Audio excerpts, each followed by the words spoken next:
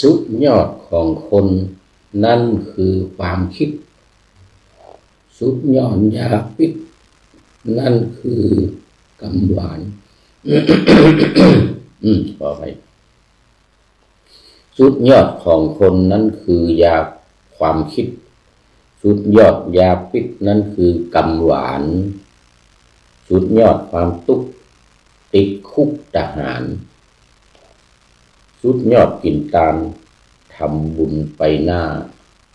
สุดยอดความดีมีคนบอกข้าแทนคุณมารดาแม่ไทยสุดยอดความสุขหมดทุกยากไร้การที่อยู่ใกล้ครอบครัวสุดยอดคุณเขาคนเฮาบักกัว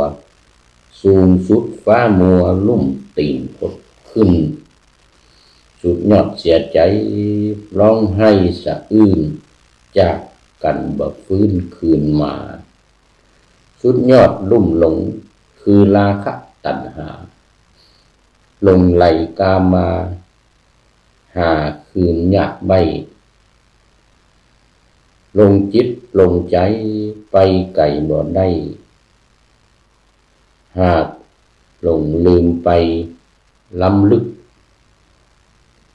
สุดยอด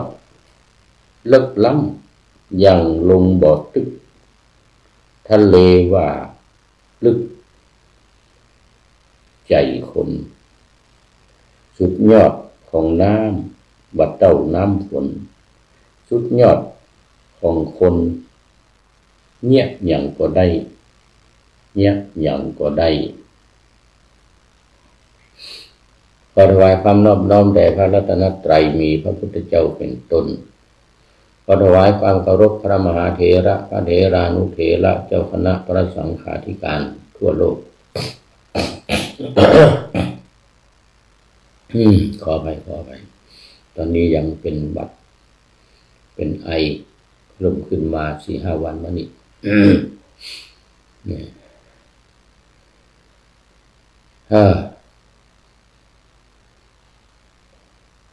วันนี้รายการพระไตรปิฎกลอยฟ้าก็ลอยมาจากวัดดอยสะพันยูตำบลดอนเป่าอำเภอแม่วางจังหวัดเชียงใหม่ผ่านเฟซบุ๊กไลฟ์สวัยเทพบุญเพื่อนำออกอากาศทางสถานีวิทยุ5 แห่งเหมือนเดิมคือสถานีวิทยุพระพุทธศาสนาแห่งชาติและจริยธรรมวัดพระธาตุดอยสุเทพเวลา 5 ทุ่มถึงเที่ยงคืน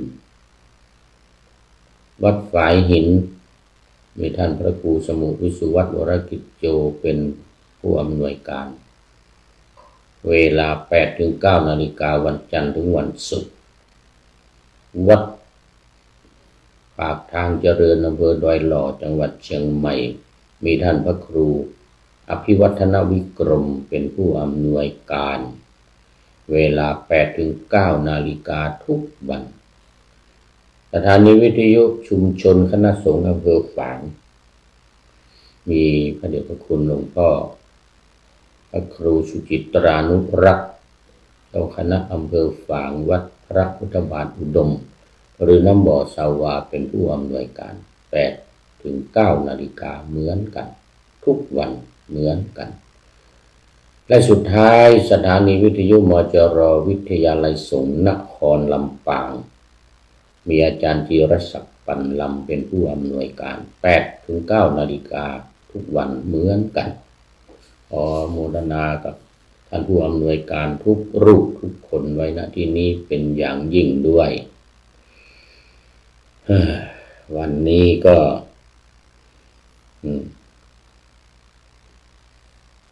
มาถึงพระไตรปิฎกเล่มที่เขาเรียกว่าสุตตันตปิฎก เล่มที่25คุถกนิกายนี่นิกายสุดท้องน้องสุดท้ายของบรรดา5นิกายคือทีฆนิกายมัชฌิมานิกายสังยุตตนิกายอังคุตรนิกายแล้วก็คุถกนิกายที่5นี่แปลว่าเล็กๆน้อยๆคุถกะในวันเล็กๆน้อยๆธรรมะกระจุกกระจิกกระจุ๋มกระจิ๋มทั้งหลายข้อ2ข้อเรื่องเล็กๆน้อยๆอะไรจะมารวมกันอยู่ในคุถกนิกายหมดคำอุทานอย่างนี้ไม่เฉพาะอุทานของพระพุทธเจ้านะของพระเถระเถรีทั้งหลายที่อุทานออกมาเป็นธรรมะนี่นะเมื่อรวมอยู่ในนี้อรรถกถาทั้งหลายรวมอยู่ในนี้อรรถกถาธรรมะนี่อย่างธรรมปทัฏฐกถานี่8 ภาคนี่นะ8 ภาค 8 เล่มนี่อยู่ในนี้อยู่ในคุถกนิกายเล่มที่25นี่แหละอรรถกถาพระวินัยก็อยู่ในเนี้ยนี่อย่างที่ผู้พูดกำลังนำเสนออยู่ทุกวันนี้นะเป็นอรรถกถาพระวินัยชื่อตำราว่าสมันตปาสาธิกาอรรถกถาพระวินัยตอนนี้ก็ยังอยู่ใน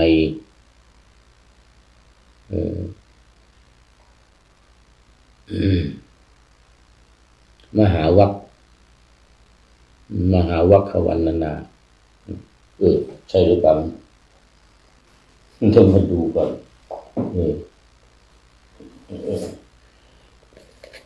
บางทีมันเลยไปแล้วนะมหาวรรควรรณนาเนี่ยโอ้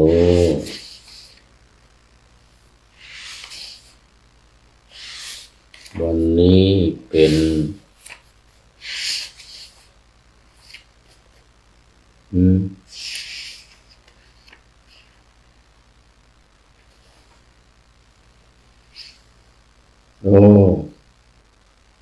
ติติยปกันตกถา มหาคันธกะอยู่ในมหาคันธกะวรรณนาเลยจากมหาวรรคแล้วมหาคันธกะวรรณนาวันนี้เรื่องเดียรถีปกันตกถาเดียรถีในอรรถกถาทั้งหลายเนี่ยอรรถกถาพระวินัยเนี่ยยากมากพอดีเป็นหลักสูตรการทดสอบความรู้ของนักเรียนชั้นประโยคเรียนธรรมประโยค6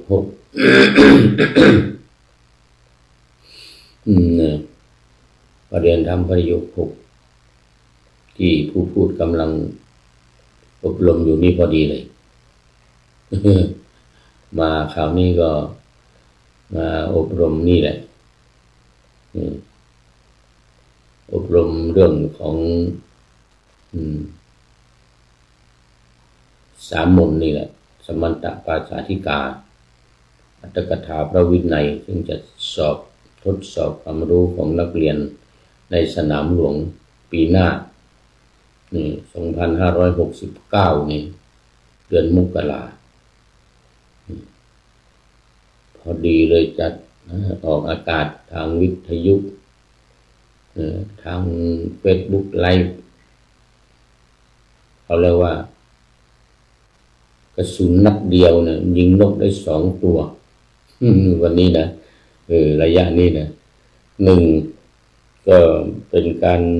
เตรียมสอบปท.6แล้วก็2ออกอากาศทางวิทยุ นำมาบรรยายให้ท่านผู้ฟังได้รับฟังกันจากพระไตรปิฎกในรายการพระไตรปิฎกลอยฟ้านี้นี่นะเดี๋ยวถ้าเสร็จจากการอบรมนี้ก็กลับไปต่อที่เดิมอีกที่ว่าค้างไว้คือสังยุตตนิกายเล่มที่19กำลังเริ่มมา 4-5 สูตรพอดี พอดีมาเตรียมสอบปท.6นี่ก็เลยเปลี่ยนมาเป็นเล่มที่25พระไตรปิฎกเล่มที่25ขุททกนิกายนี่แหละซึ่งจะออกข้อสอบทั้งสองอย่างเลยแปลมคธเป็นภาษาไทยแล้วแปลภาษาไทยเป็นภาษามคธในวิชานี้สมันตปัสสาธิกาเนี่ยแปลภาษามคธเป็นภาษาไทยซึ่งตอนนี้ ท่านอาจารย์พระมหาประจักษ์ประเรียนธรรม9ประโยควัดดอยสัพพัญญูนี่เป็นคนสอนเตรียมพิเศษโอ้อาจารย์เก่งมากอยู่ในสมองหมดนี่สมันตปัสสาธิกาเนี่ยนะเล่ม1เล่ม2เล่ม3อันนี้เป็นเล่ม3เล่ม1เล่ม2นั่นจะเป็นหลักสูตรของประเรียนธรรม7ประโยค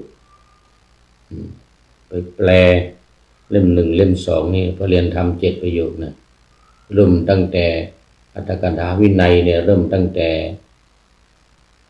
ปฐมปาราชิกเป็นต้นมานะสังฆาทิเศษทิสกียปาจิตติปาจิตติยกรรมเนี่ยนะจนถึงถุนละใจทุกกฎทุกภาสิกอยู่ใน เล่มที่1กับเล่มที่2พระวินัยนุ่นตรงประโยค7ปีนี้สอบประโยค6ได้จะได้ไปเรียนประโยค7กับเขาบ้างไปเรียนประโยค7กับเขาบ้างจะได้ไปแปลกลับเนี่ยเป็นภาษาบาลีเนี่ยก็หลักสูตรมงคลมังคลัตถีปณีมังคลัตถีปณีของ หลวงพ่อสิริมังคลาจารย์นี่นักปราชญ์เชียงใหม่ของเรานี่แหละแต่งภาษาบาลีเป็นวิชากลับในประเรียนธรรม7ประโยคเลยต้องแปลจากภาษาไทยเป็นภาษาบาลีเหมือนหลวงพ่อสิริมังคลาจารย์แต่งไว้เป็นหลักสูตรประโยค7เอาเรามาดูประโยคปท.6ของเรานี่ดีกว่า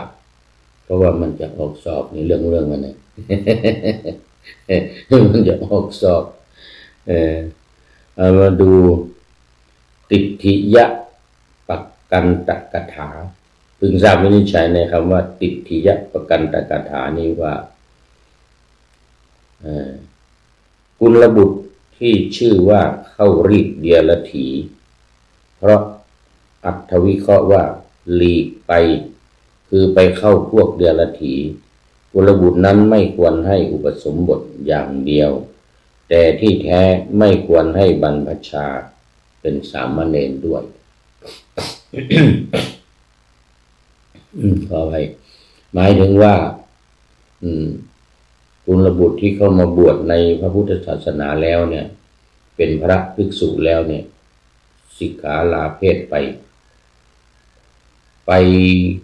อยู่กับพวกเดียรถีคือศาสนาอื่น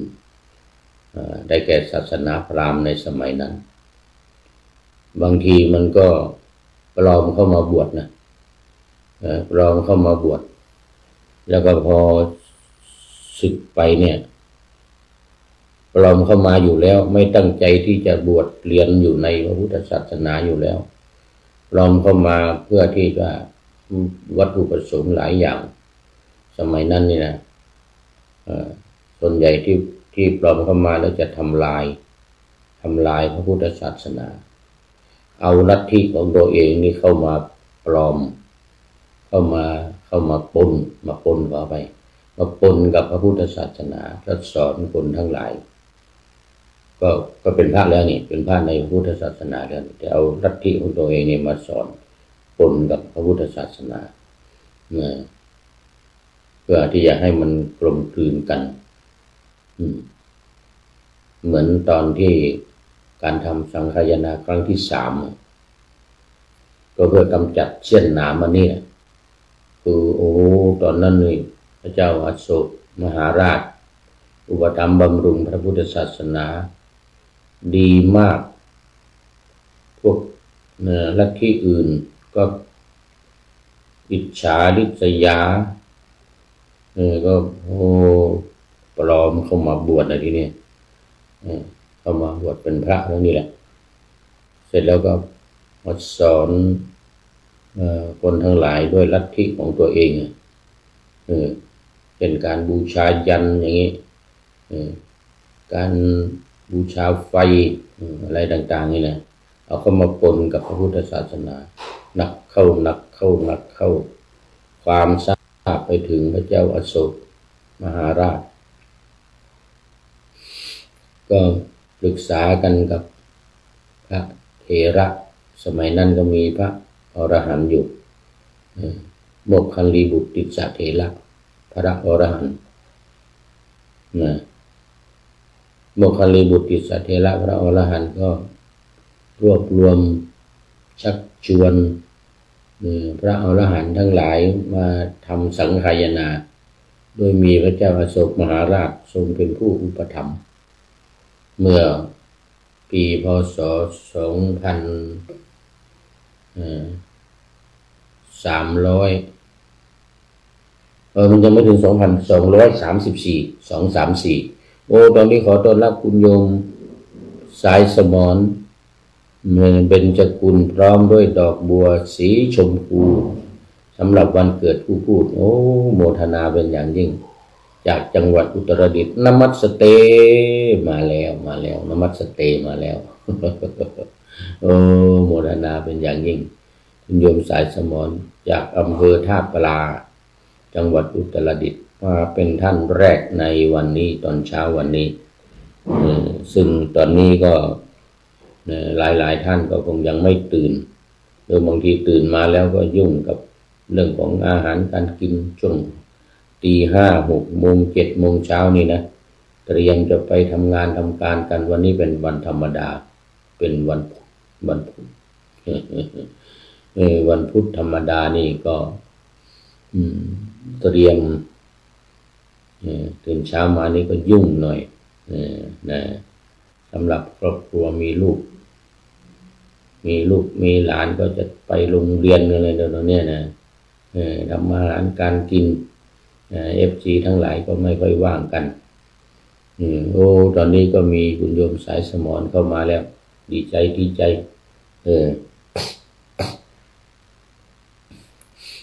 มาพูดเรื่องสมัยนั้นพระเจ้าอโศกมหาราชนะก็ปรึกษากันทำการสังฆายนาเลยทีนี้พระเจ้าอโศกมหาราชเป็นทรงอุปถัมภ์กำจัดเสี้ยนหนามของนักบวชปลอมเข้ามาในพระพุทธศาสนาก็จนมีปัญหาว่าทหารที่รับพระราชดำรัสสั่งมาจากพระเจ้าแผ่นดินเนี่ยก็ทำความผิดก็คือว่าไปฆ่าพระตายเป็นกองเลยโน่นเอาไปทิ้งบ่อน้ำที่เมืองปัตตนะเนี่ยนะเมืองปาตาดิบุตรสมัยนั้นเรียกปาตาดิบุตรนะเป็นภูเขาเหล่ากาเอาไปทิ้งตายไม่รู้เท่าไหร่ความก็ทราบถึงพระราชาพระเจ้าอโศกก็มาปรึกษาทูลถามพระโมคคัลลีบุตติสเถระสิว่าหม่อมฉันจะบาปไหมเนี่ยเพราะว่าทหารไปฆ่าพระที่ปลอมนั่นนะถามเอาออกมาแล้วก็ไปฆ่าว่างั้นนะโมคคัลลีบุตติสเถระเป็นพระอรหันต์แล้วก็ว่า พระองค์สั่งให้เขาไปฆ่าหรือโอ้ไม่ได้สั่งเหมือนกันนะไม่ได้สั่งให้ฆ่าแต่ว่าให้ไปไปกำจัดพวกมารเดียรถีทั้งหลายที่ปลอมเข้ามานี่แหละเหมือนกันนะไม่ได้สั่งให้ฆ่าแต่ว่าให้เอาศึกออกไปเหมือนกันนะโอ้อย่างนั้นไม่เป็นบาปเหมือนกันนะอย่างนั้นไม่เป็นบาปพระองค์ไม่มีเจตนาในการที่จะให้เขาฆ่าเขาไปฆ่าเองอันนั้นพระองค์ไม่เกี่ยวไม่เป็นบาปโอ้โหดีอกดีใจใหญ่เลยพระเจ้าอโศกมหาราชนี่นะก็ได้สั่งใหม่ห้ามฆ่าใคร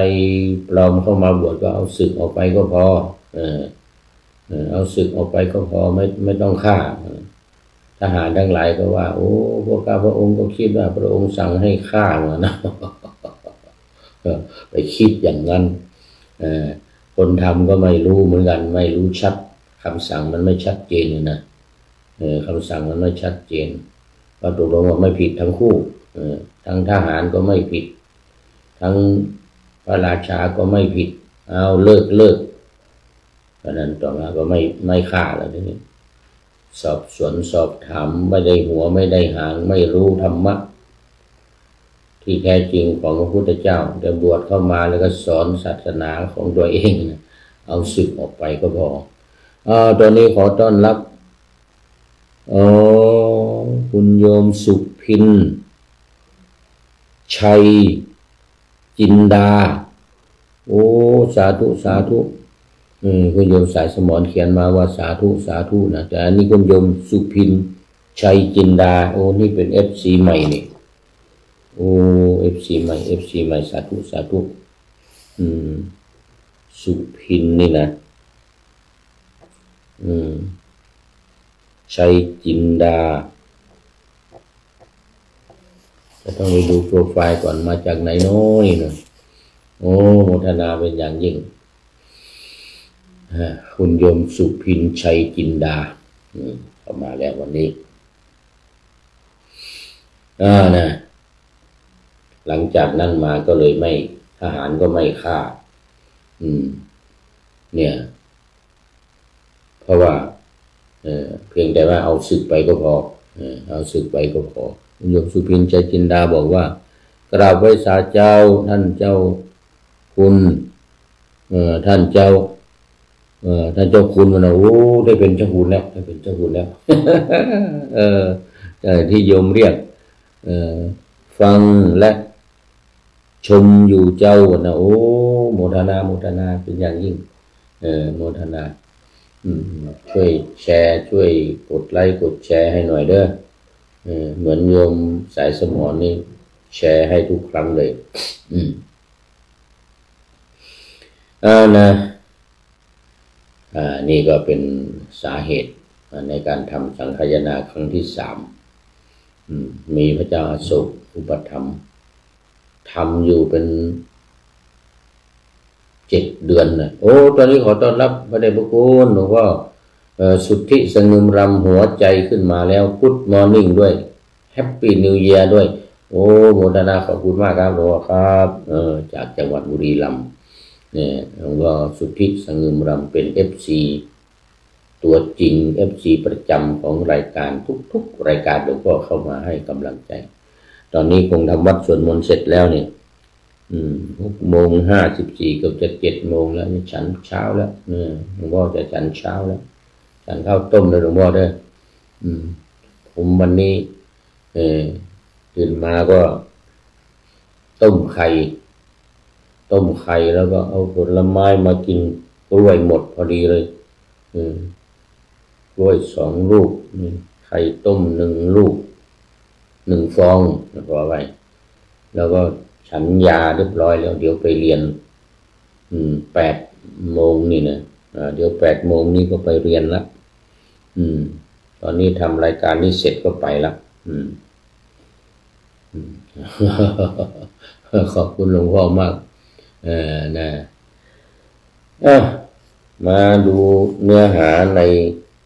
สมันตปาสาธิกาอัตถกถาวินัยวันนี้ขันธกะมหาขันธกะวรรค หน้าที่95หน้าที่95ตติยสมันตปาสาธิกาอัตถกถาพระวินัยนะใจความนี้ก็คือเรื่องของติทิยปกันตกะปกันตกถานะคือนักบวชของเรานี่แหละพอเราเข้ามาบวชแล้วก็ศึกไปก็ไปอยู่กับพวกเดรัจฉีอีกเพราะว่าเขามาจากเดรัจฉีอยู่แล้วเดรัจฉีนี่ก็คือนักบวชที่ไม่ใช่พุทธนะเป็นนักบวชเหมือนกันนะ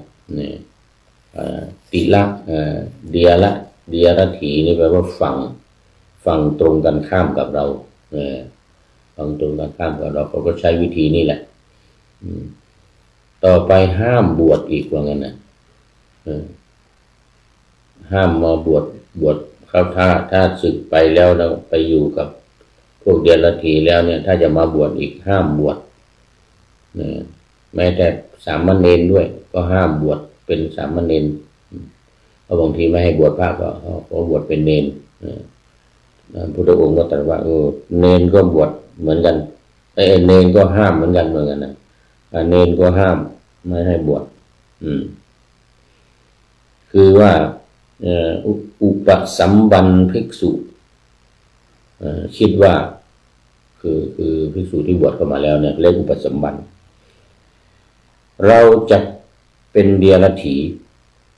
แล้วไปสู่สำนักแห่งเดรัจฉีเหล่านั้นทั้งเพศทีเดียวคือเป็นพระนี่แหละทั้งเป็นพระนี่แหละแล้วก็ไปอยู่กับเดรัจฉีไปอยู่กับพวกเดรัจฉีก็คือปลอมมาบวชปลอมมาบวชเป็นพระเนี่ยแล้วก็กลับไปอยู่ก็ยังไม่สึกแต่ว่าไปอยู่เป็นพระนี่เลยภิกษุนั้นเมื่อกลับเข้ามาจะมาบวชอีกจะมาอยู่อีกนะภิกษุใดคิดว่าเราจะมาบวชเนี่ยนะกลับเข้าไปสู่เดรัจฉีฝ่ายภิกษุใดเมื่อเปลือยกายอาบน้ำแลดูตนว่าการที่เราเป็นอาชีวกจะงามหรือเราจะเป็นอาชีวกละคือพอมาบวชแล้วเนี่ยก็มาบวชแล้วเนี่ยเราคิดว่าเราเป็นอาชีวกเนี่ย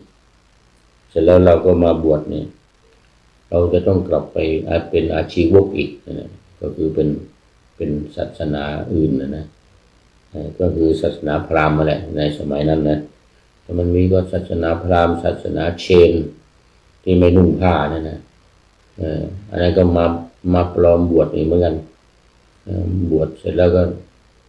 กลับไปที่ตัวเองแล้วก็ไปแก้ผ้าเหมือนเดิม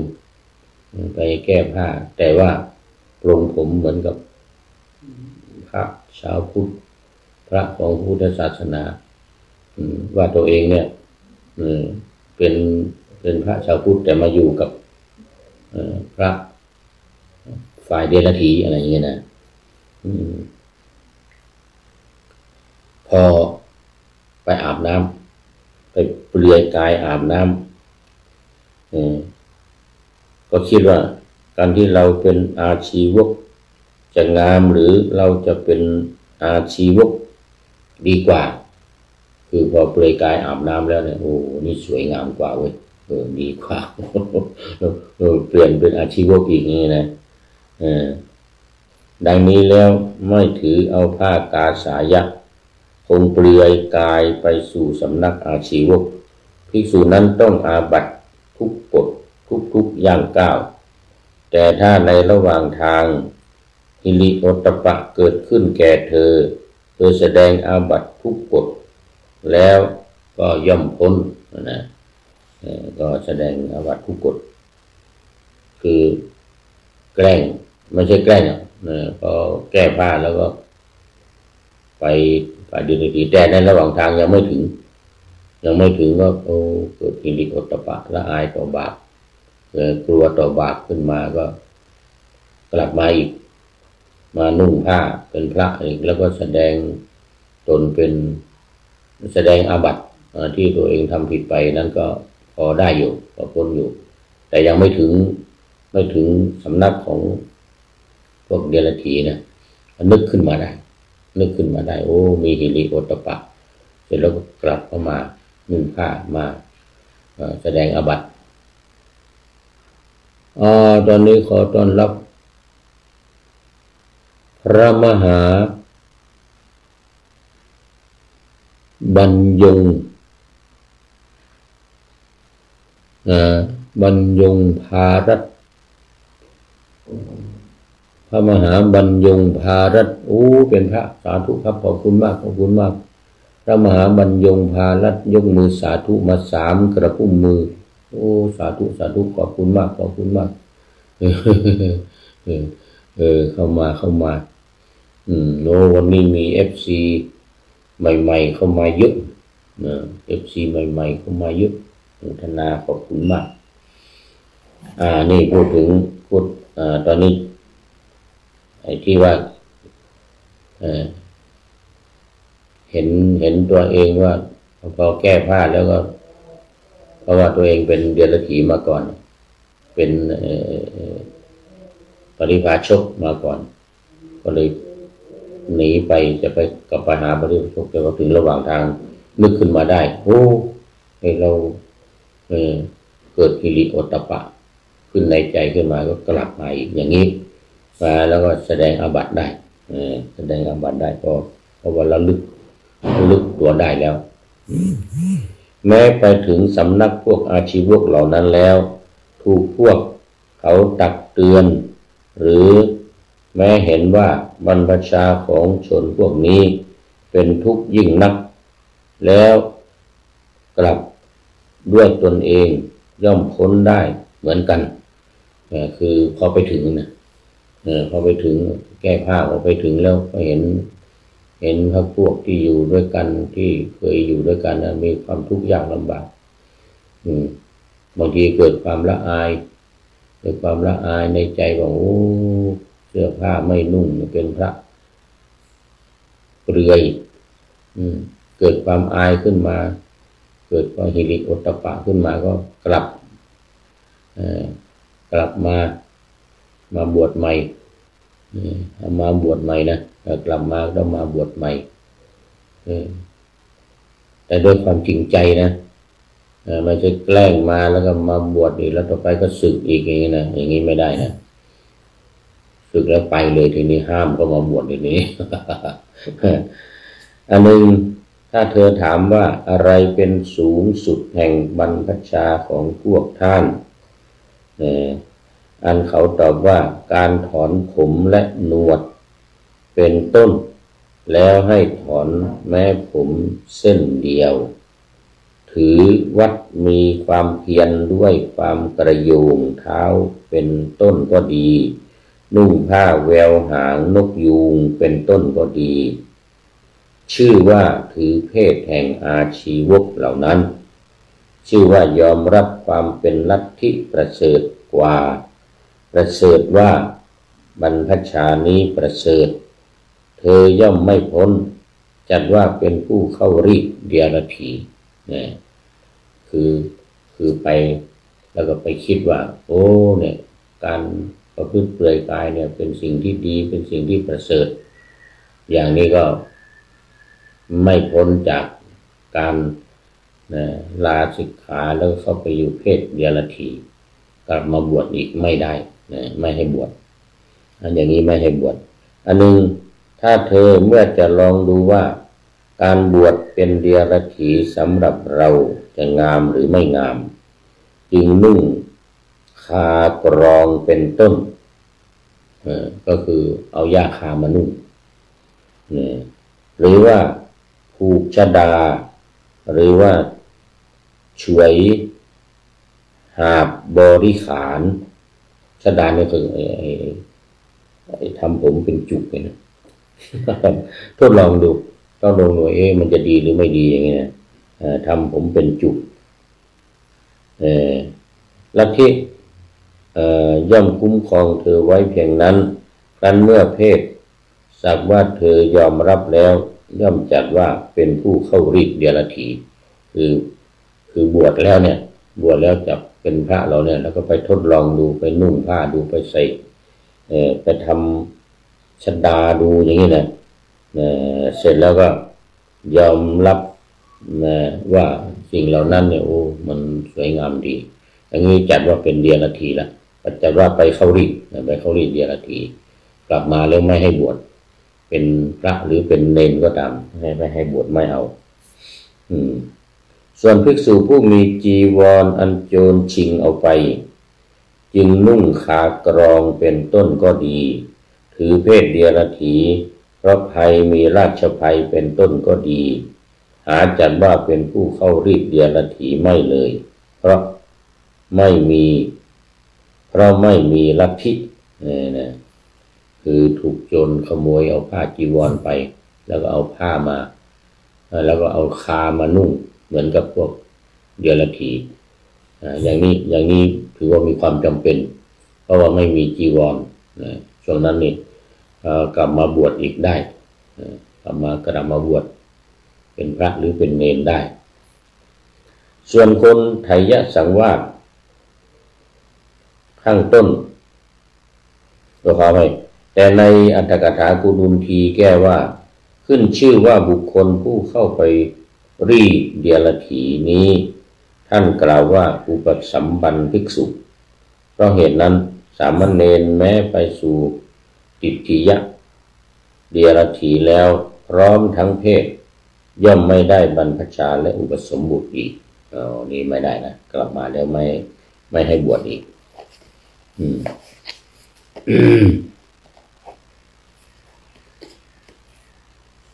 กลับมาแล้วไม่ให้บวชอีก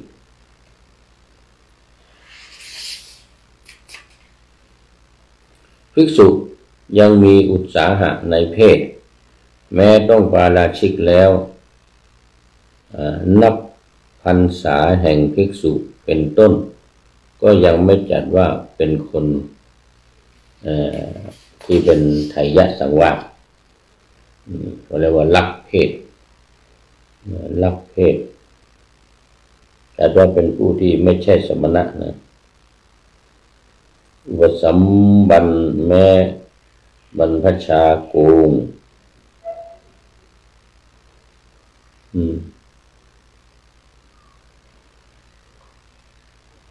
จัดว่าเป็นผู้มิใช่สมณะหาไม่ได้ยังเป็นสมณะอยู่ภิกษุยังมีอุตสาหะในเพศแม้ต้องปาราชิกแล้วนับพรรษาแห่งภิกษุเป็นต้นก็ยังไม่จัดว่าเป็นคนไถยสังวาสเรื่องของคนเข้ามาบวชแล้วสึกไม่ว่าจะมาบวชจริงแล้วสึกออกไปเข้าเดียรถีหรือปลอมมาบวชแล้วก็กลับไปเป็นเดียรถีเหมือนเดิมเนี่ยถ้ากลับมาอีกก็ไม่สามารถที่จะบวชได้ไม่อนุญาตให้บวชแม้เป็นสามเณรก็ไม่ให้บวชอันนี้เป็นเรื่องของเดียรถีซึ่งมีในสมัยพุทธกาลนั้นเยอะเลยทีเดียวกันตอนที่ทำสังฆทานที่เมืองปาตลีบุตรที่ว่าเมื่อกี้เนี่ยนะที่พระเจ้าอโศกทรงเป็นอุปถัมภกเนี่ยก็ถือว่าเป็นภารกิจหนัก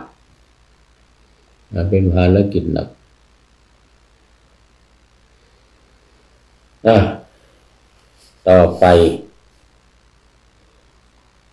ติลัชฌานคตาวัตถุกถาอันนี้เป็นเรื่องของเดรัจฉานเรื่องของติลัชฌานวัตถุกถา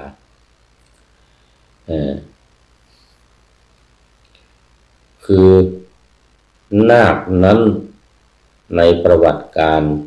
ย่อมได้เสวยสิริอิสริยสมบัติเช่นกับเทพสมบัติด้วยกุศลวิบากแม้โดยแท้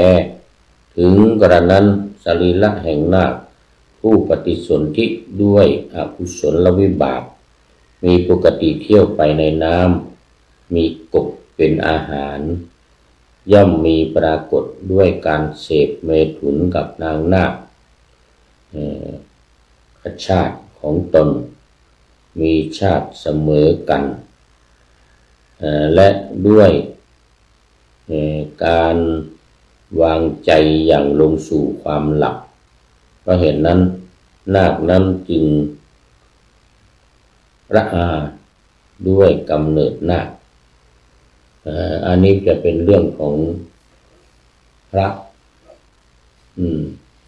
ที่บวชมาแล้วอายุ10,000 ปีเนี่ยแล้วก็ไปเกิดเป็นนาคเกิดเป็นนาคแล้วก็เกิดความเบื่อหน่ายในชีวิตของนาคแต่เป็นผู้ที่มีฤทธิ์แล้วปลอมเป็นฆราวาสเข้ามาบวชในพระพุทธศาสนาอันนี้ก็นาคนี่ก็ถือว่าเป็นเดรัจฉานเหมือนกันเป็นสัตว์เดรัจฉานเหมือนกันคือว่าไปขวางยิ่งนาคนี่ก็ไม่มีเท้าซะด้วย สัตว์เลื้อยคลานมันก็ถือว่าเป็นพวกของเดรัจฉานเหมือนกันคือที่ปลอมเข้ามาบวชในวิหารเชตวันเรื่องนี้ก็เราทราบกันมามากแล้วโดยเฉพาะเวลามีการบวชนาคนี่นะเขาก็จะเอาคนเนี่ยที่นุ่งผ้าขาวเนี่ยเรียกวันนาคก่อนที่จะบวชว่ามันมีเรื่องนี้แหละมีนาคเรื่องนี้แหละเป็นตัวอย่างตามประวัติว่าสมัยก่อนตอนที่พระพุทธเจ้าเรายังไม่เกิดเนี่ยนะยังไม่อุบัติขึ้นในโลก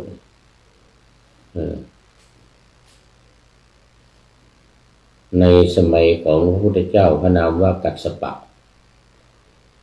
ก็มีพระรูปหนึ่งว่าสมัยกัสสปะนั้นอายุของคนนั้น20,000 ปีก็มีพระรูปหนึ่งนั่งเรือไปมือไปถูกใส่กอตะไคร้ติดมือไปถูกใส่อย่างเงี้ยแล้วมันไปจับเรือมันวิ่งไปข้างใกล้แม่น้ำใกล้ฝั่งไปจับแล้วก็ต้นตะไคร้ติดมือมาต้นหนึ่งก็เลยมันวินัยบัญญัติไว้แล้วว่าห้ามพระของเขียวที่เกิดอยู่กับที่เป็นอาบัติ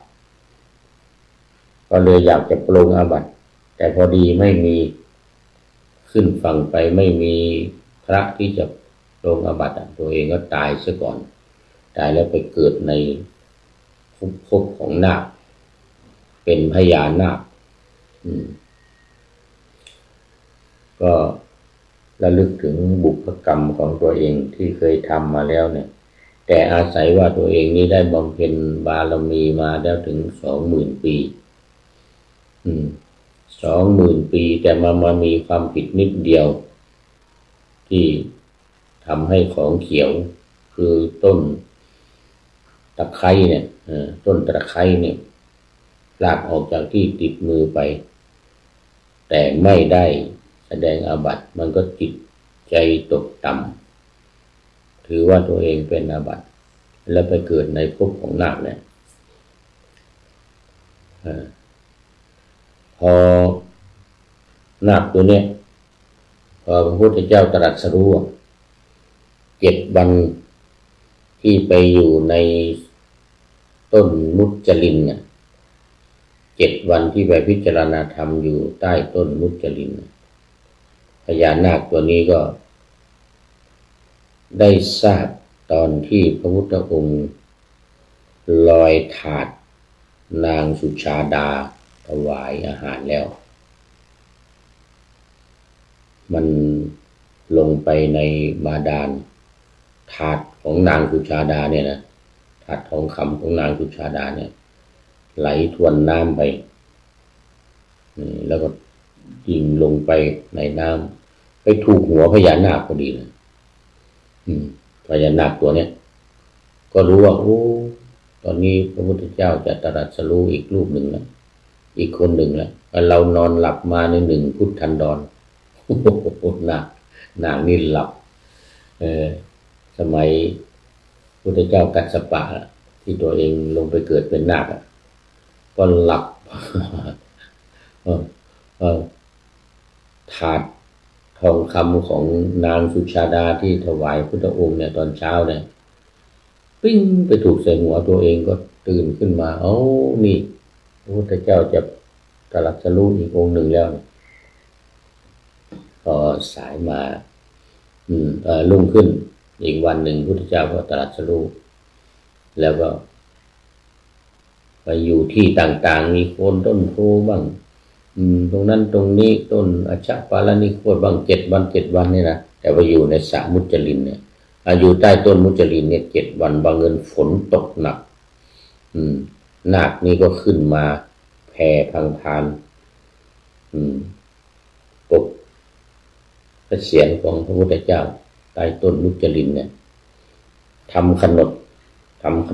ถวายพุทธองค์ประทับนั่ง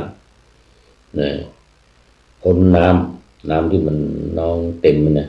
พ้นน้ำขึ้นมาพระองค์ก็ประทับนั่งอยู่บนขนดของตัวเองเสร็จแล้วทั้งหลังก็เอาหัวขึ้นมาเป็นปกเป็นร่มปกหัวพุทธสีพระเศียรของพระพุทธเจ้าเนี่ยแม่นาคตัวเนี้ย7 วัน7 วันพระพุทธเจ้าเสร็จเรียบร้อยแล้วก็ตัวเองก็กลับลงไปอยู่พญานาคอีกไปอยู่เมืองพญานาคโน่นแล้วตอนหลังมาพระพุทธเจ้าเสด็จไปที่เชตวันมหาวิหารที่สร้างวัดสร้างอะไรเรียบร้อยแล้วเนี่ยนาคตัวเนี้ยก็ปลอมตัวมาเป็นผู้ชายรูปร่างสวยงามมากหน้าตาหล่อเหลาเอาการเข้ามาขอบวชแต่ไม่ได้มาบวชที่พระพุทธเจ้านะก็รู้ดีว่าถ้ามาพระพุทธเจ้านี่รู้แน่ก็ไปบวชกับพระอีกรูปหนึ่งในเจตวันนั่นแหละซึ่งเป็นพระที่ยังไม่ได้บรรลุธรรมเป็นพระที่ยังไม่ได้บรรลุจะเป็นพระเถระแล้วยังไม่ได้บรรลุธรรมก็ขอบวชพระเถระก็บวชให้บวชให้ว่าพอบวชอยู่มา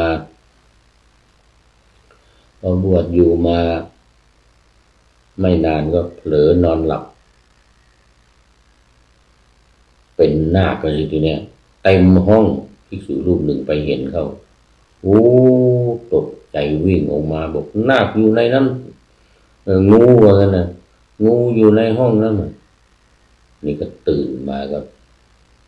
กลับเป็นคนเหมือนเดิมเป็นพระเหมือนเดิมอยู่ในห้องเอาไปฟ้องพระพุทธเจ้าพระพุทธเจ้าเรียกไปเธอพระพุทธเจ้าทรงทราบทันทีเธอเป็นนาคนี่ไม่สมควรนะต้องกลับไปอยู่ในภพของนาค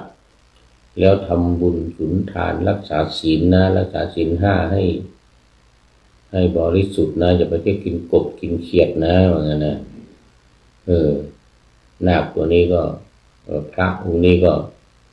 รู้ว่าพระพุทธเจ้ารู้แล้วนี่ก็ตกใจก็จะกลับไปอยู่พญานาคกันนะแต่ขอพรไว้ว่าต่อไปใครจะบวชเนี่ยขอให้เรียกว่านาคคือผู้ที่อยากจะทำความดีคำว่านาคเนี่ยเป็นผู้ที่อยากจะทำความดีก็หมายถึงคนที่จะบวชนะอยากจะทำความดีเหมือนกับตัวเองเนี่ยอยากจะทำความดีก็เลยมาบวชเนี่ยก็ขอฝากนามนี้ไว้ ท่านทุกวันนี้มีคนเราบวชเนี่ยก็จึงเรียกว่าบวชนาคจึงเรียกว่าตัวเองเนี่ยเป็นนาคเราเรียกว่านาคกันมาตลอดจนถึงทุกวันนี้การเรียกขวัญนาคหรือการหมอขวัญที่ทำขวัญนาคก็เรียกผู้ที่บวชเนี่ยว่าเป็นนาคนี่ปลอมเข้ามาดิเรกชันปลอมเข้ามาเพราะนั้นเรื่องนี้จึงปรากฏอยู่ในพระไตรปิฎกจึงพูดถึงเรื่องของนาคนี่นะเกิดความละอายเพราะว่าหารายะนี่แปลว่าเกิดความละอายชิคุจจะเนี่ยย่อมเกลียดชังอัตภาพคือเบื่ออัตภาพของตัวเองที่เป็นนาคเนี่ยอยากจะเป็นคนนะก็เข้ามาปลอมบวชว่าเนี่ยเมื่อภิกษุนั้นออกไปแล้วอีกอย่างหนึ่งความว่าในเวลาที่ภิกษุนั้นออกไปคือที่มาปลอมบวชนะเมื่อภิกษุนั้นยังไม่ออกนาคนั้นไม่ปล่อยสติหลับอยู่ด้วยอำนาจแห่งความหลับอย่างลิงนั่นแลนะเพราะกลัวแต่เสียงร้องครั้นภิกษุนั้นออกไปแล้วจึงปล่อยสติวางใจคือหมดความระแวงดำเนินไปสู่ความหลับอย่างเต็มที่คือภิกษุมาเห็นนะภิกษุที่มาเห็นก็เกิดความละอายกลับเป็นมนุษย์กลับเป็นคนอีกแต่พอภิกษุนั้นออกไปก็วางใจแล้วก็หลับอีกอย่างเงี้ยนะแต่ว่าหาที่ไหนหาอะไรที่ไหนได้เขาไปฟ้องพระพุทธเจ้าตัวเองก็หลับอีกนี่พอพระพุทธเจ้าเรียกไปก็เป็นคนอีกไปหาพระพุทธเจ้าอย่างเงี้ยนะ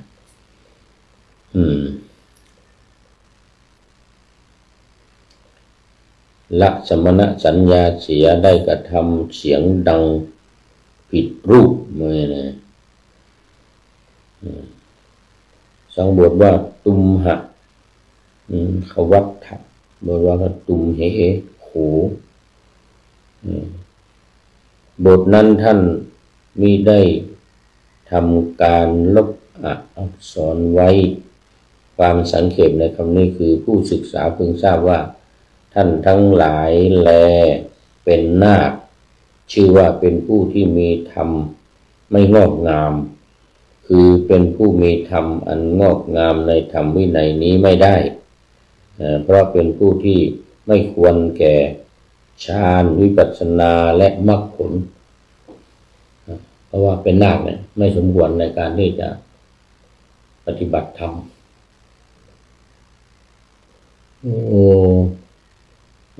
บรรยงอาจารย์พระมหาบรรยงสาธุสาธุ บทว่าสัจชาติยาได้แก่นางนาคนั่นเองสัจชาติยาแต่ว่าเมื่อใดนาคนั้นเสพเมถุนด้วยชาติอื่นต่างโดยชนิดมีหญิงมนุษย์เป็นต้นเมื่อนั้นย่อมเป็นเหมือนเทพส่วนคำว่าปัจจัยสองอย่างในพระบาลีนี้พระผู้มีพระภาคตรัสว่าด้วยอำนาจแห่งการชี้กรรมซึ่งปรากฏตามสภาพเนืองๆในประวัติการและกรรมซึ่งปรากฏตามสภาพย่อมมีแก่นาคใน5 การ5 เวลาคือเวลาปฏิสนธิหนึ่งเวลาที่ลอกคราบหนึ่งเวลาที่เสพเมถุนด้วยนางนาคชาติของตนหนึ่งเวลาที่วางใจอย่างลงสู่ความหลับหนึ่งเวลาจุติหนึ่งร่างกายย่อมเป็นนาคโดยสมบูรณ์มันเป็นนาคคำว่าติรชานะคัตโตภิกขเวดังนี้มีวินิจฉัยว่าจะเป็นนาคหรือจะเป็นสัตว์พิเศษผู้ใดผู้หนึ่งมีบัณสุบัณสุบัณนี่คือ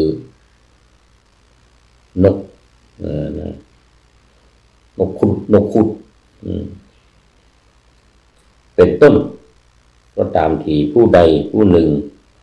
ซึ่งมิใช่มนุษย์ชาติโดยที่สุดแม้เท้าสกเทวราชบรรดามีทั้งหมดพึงทราบว่าเป็นดิรัจฉานในอัตถกถานี้ผู้นั้นอันภิกษุทั้งหลายไม่ควรให้อุปสมบทนะไม่ควรให้บรรพชาแม้อุปสมบทแล้วก็ควรให้ฉิบหายเสียก็คือให้สึกออกไปถ้าใครมาปลอมบวชก็ให้สึกออกไปอย่างนี้เรียกว่าติรัจฉานกถาติรัจฉานคตะคือความเป็นไปของสัตว์ดิรัจฉานไม่ให้เป็นนาคหรือปลอมเข้ามาบวชก็ต้องสิกขาลาเพศออกไปเหมือนกับประวัติหรือตำนานนาคกว่านี้แล้ววันนี้จบไป2 สูตร2 คาถาแล้วว่าติทิยะปกันตกถาแล้วก็ติรัจฉานคตะวัตถุคาถาวันนี้ หมดเวลาพอดีโอ้ตอนนี้ขอต้อนรับคุณโยมพนมเคารพรักนำเข้ามาเป็นท่านสุดท้ายหมดเวลาพอดีนมัสการครับว่างั้นนะคุณโยมพนมเคารพจากจังหวัดอ่างทองวันนี้ปิดท้ายของรายการเข้าสู่เส้นชัยของรายการในวันนี้โอ้โมทนาเป็นอย่างยิ่งมาดูท้ายรายการวันนี้ท้ายรายการวันนี้ก็คิดโอ้เป็นกำเมืองเฮ้ยเป็นข้าวกำเมืองท่านผู้ฟังที่ฟังภาษาล้านนาไม่ได้คงจะฟังไม่ออก แต่ก็ออกบ้างอันนี้ก็จาก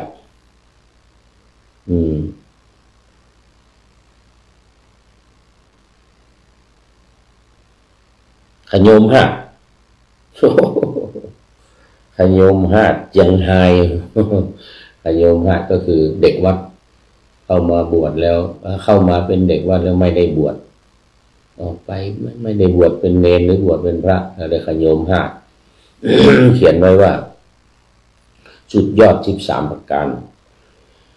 สุดยอดของคนนั้นคือความคิดสุดยอดยาพิษนั้นคือกำหวาน ยาพิษคำหวานของคนนี้เป็นยาพิษสุดยอดเลยสุดยอดความทุกข์ติดคุกทหารทหารคุกของทหารโอ้เขาว่าเหี้ยมโหดมากนะสุดยอดกินตาลทำบุญไปหน้าสุดยอดของการให้ทานเนี่ยนะก็คืออุทิศส่วนกุศลทักษิณานุปทานทำบุญให้ตัวเองเนี่ยไว้ให้ตัวเองไปกินในภาคหน้าที่ตายไปจะได้ติดตัวไปบุญไปอุทิศส่วนกุศลตัวอื่นยังไม่เท่าไหร่แต่ให้ตัวเองเนี่ยตอนที่ยังมีชีวิตอยู่สุดยอดความดีมีคนบอกค่าแทนคุณมารดาแม่ไทยนะสุดยอดความดีนี่คือการทดแทนคุณให้แก่มารดาสุดยอดความสุขหมดทุกข์ยากไร้ในการที่อยู่ใกล้ครอบครัวสุดยอดความสุขเนี่ยนะคืออยู่กับครอบครัวเลี้ยงดูลูกหลานพันยาให้ดีสุดยอดคุณเขาคนเฮาบักกัวสูงสุดฟ้ามัวลุ่มตีนพดขึ้นโอ้ยอดคุณเขาเนี่ยยังต่ำกว่าเท้าของคนถ้าคนมีอุตสาหะพยายามเดินขึ้นยอดเขาคนย่อมไม่กลัวขนาดสูงสุดก็ยังอยู่ใต้เท้าของคนเดินสุดยอดเสียใจร้องไห้สะอื้นจากกันบอกฟื้นคืนมาอันนี้หมายถึงว่าสุดยอดของความเสียใจเนี่ยคือการได้พลัดพรากจากคนที่รักคนที่ชอบที่ตายไปไม่สามารถจะฟื้นกลับคืนมาได้นี่เสียใจมากสุดยอดลุ่มหลงราคะตัณหาสุดยอดของความลุ่มหลงเนี่ยคือ